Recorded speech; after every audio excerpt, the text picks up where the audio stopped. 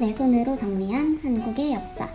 세종대에 이루어낸 발전에는 무엇이 있는지 알아보겠습니다. 오늘 배운 내용이 엄청 많았죠? 정리할 것도 사실은 많아요. 많은데 그래도 즐겁게 한번 정리해봅시다. 맨 위에 학습 목표 적어주세요. 세종대에 이루어낸 발전에는 무엇이 있을까요? 우리가 그동안 배운 것 중에 한 왕이 이렇게 많은 업적을 이뤄낸 건 없었어요. 그만큼 우리 세종대왕님에 대해서 잘 알고 가야겠죠? 먼저 세종대왕님을 그려볼 거예요. 간혹 선생님과 다르게 그리는 친구들이 있는데 너무 좋아요. 자기가 그리고 싶은 대로 그려도 얼마든지 좋습니다. 선생님은 그동안 그렸던 거랑 비슷하게 대신에 특징을 조금 살려서 그려주겠습니다. 짙은 눈썹과 귀여운 이런 눈, 코와 근엄한 수염을 그려보겠습니다. 너무 귀엽게 그린 것 같네요. 자, 모자도 이렇게 색칠해 줄 거예요. 어디서 많이 본 것 같은데 누군가 했더니 선생님 지금 누구랑 닮게 그렸는지 알 것 같아요. 한번 맞춰보세요.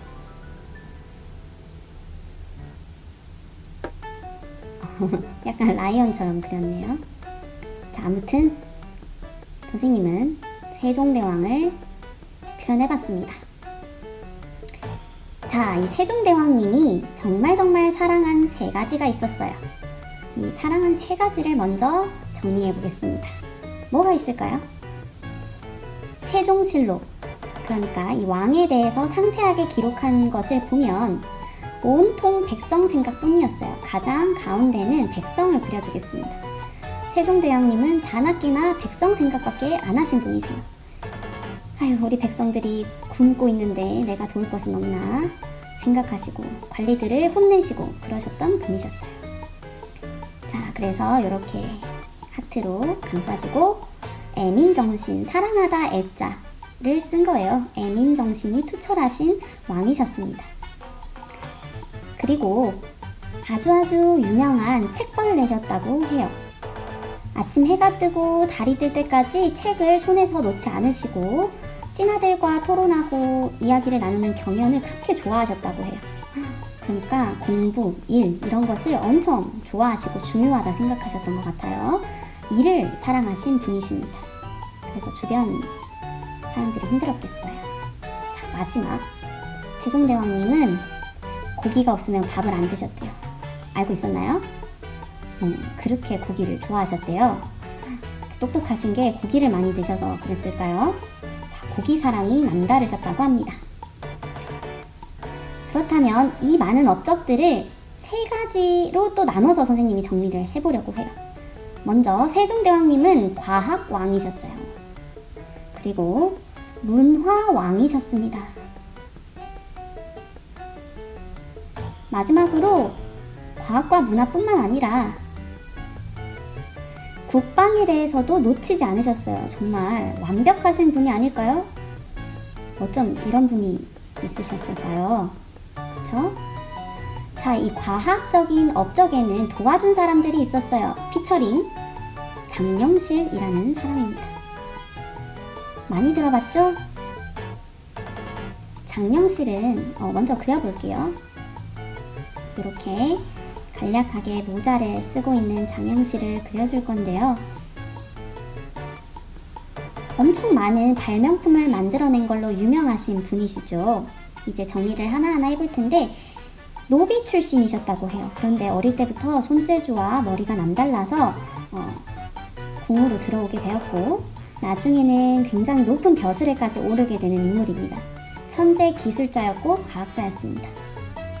장영실뿐만 아니라 집현전 학자들도 있었어요.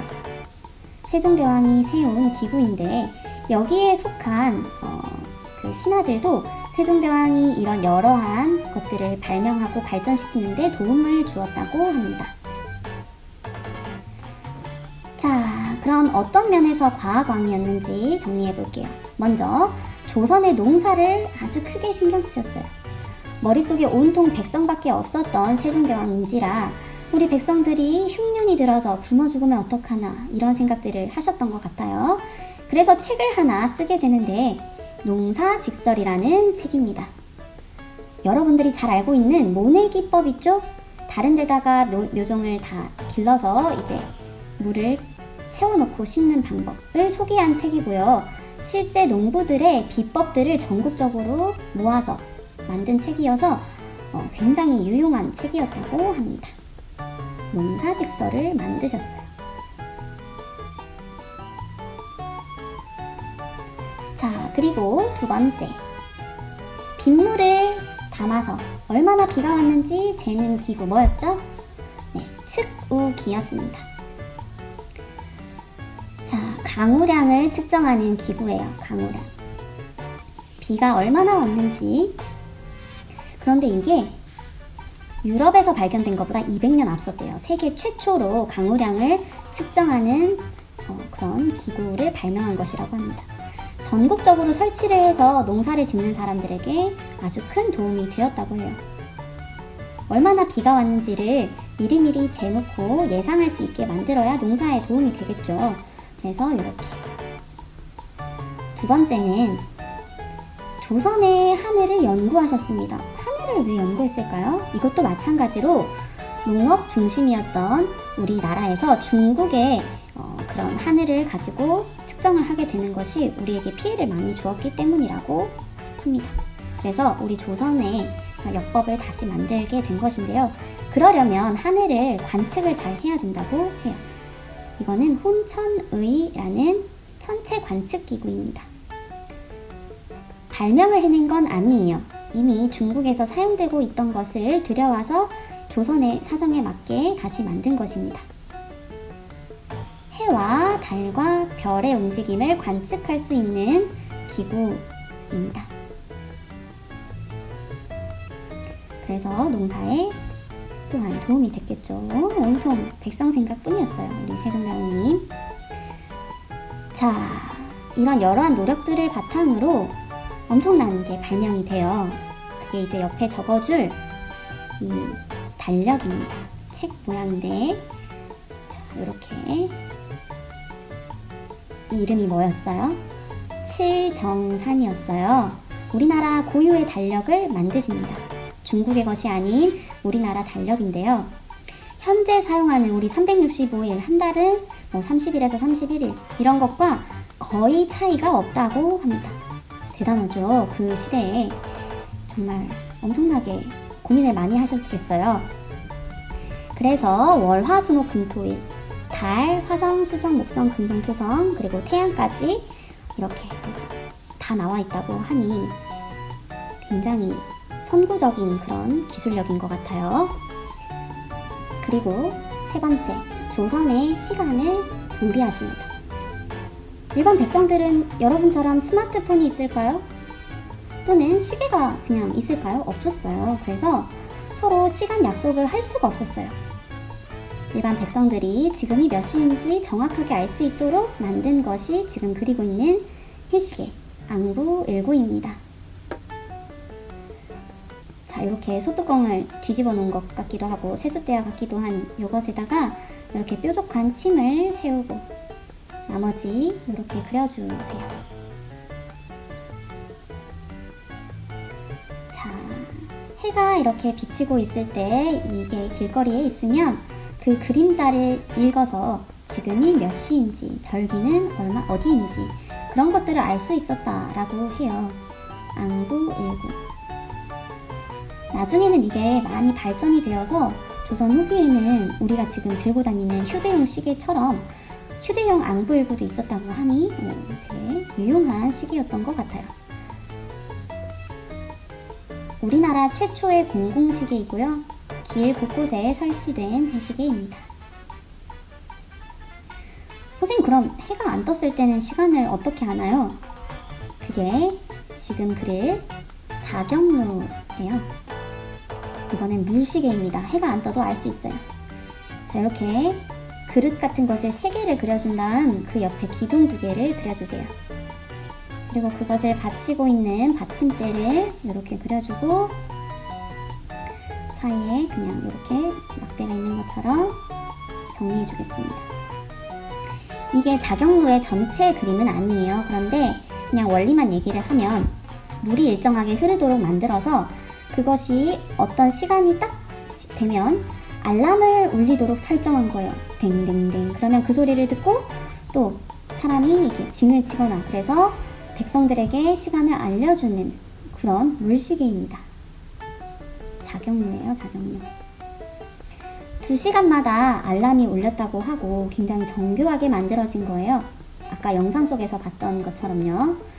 자, 그래서 이렇게 조선의 시간, 정확한 시간을 위해서 엄청난 과학적인 발명품을 만드셨습니다. 자, 그 다음 문화적으로는 어떤 성과가 있었을까요? 이 세종대왕님이 못하는 게 없어요. 그냥 완벽한 것 같아요.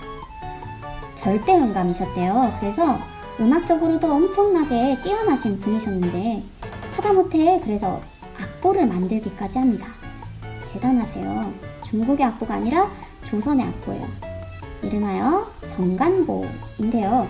여러분들 장구 배울 때 덩덕, 궁덕, 궁덕 뭐 이렇게 되어 있는 요 모양의 악보가 있었죠. 이게 뭐예요? 정간보입니다. 그래서 여기 안에 덩덕 이런 거 말고 율명, 여러분들 단소나 소금 배울 때 그런 이름 있잖아요. 그런 것을 넣어서 훨씬 그 전보다 훨씬 정확하게 연주할 수 있도록 만든 악보 형태입니다. 음률과 박자를 정확히 표기할 수 있고 조선 독자적인 악보라는 것에 큰 의미가 있어요. 문득 세종대왕님의 IQ가 몇일까 궁금해집니다. 진짜 어마어마한 천재이신 것 같아요.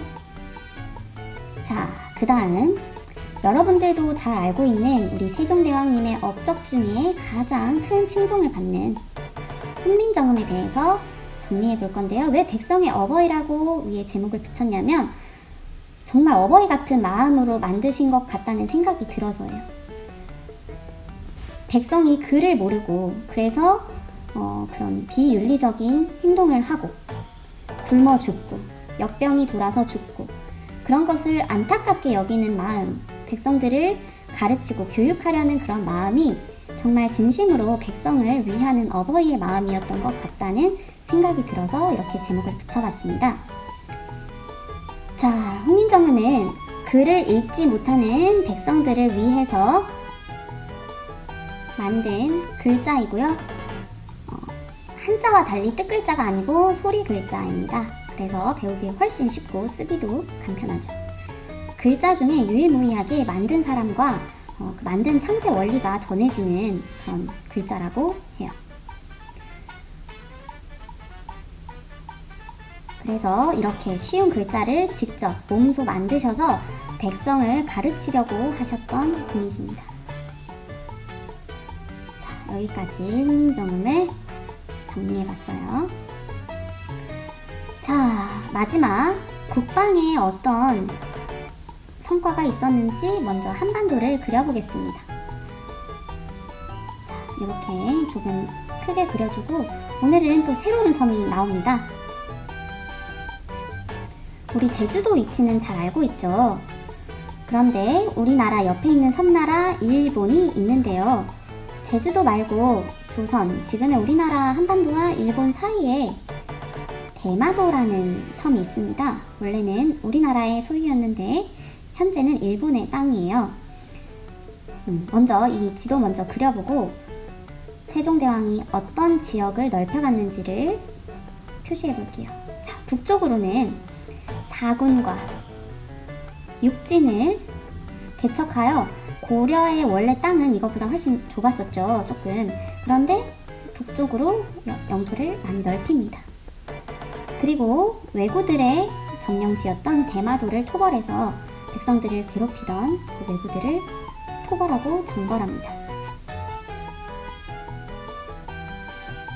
자, 사군육진.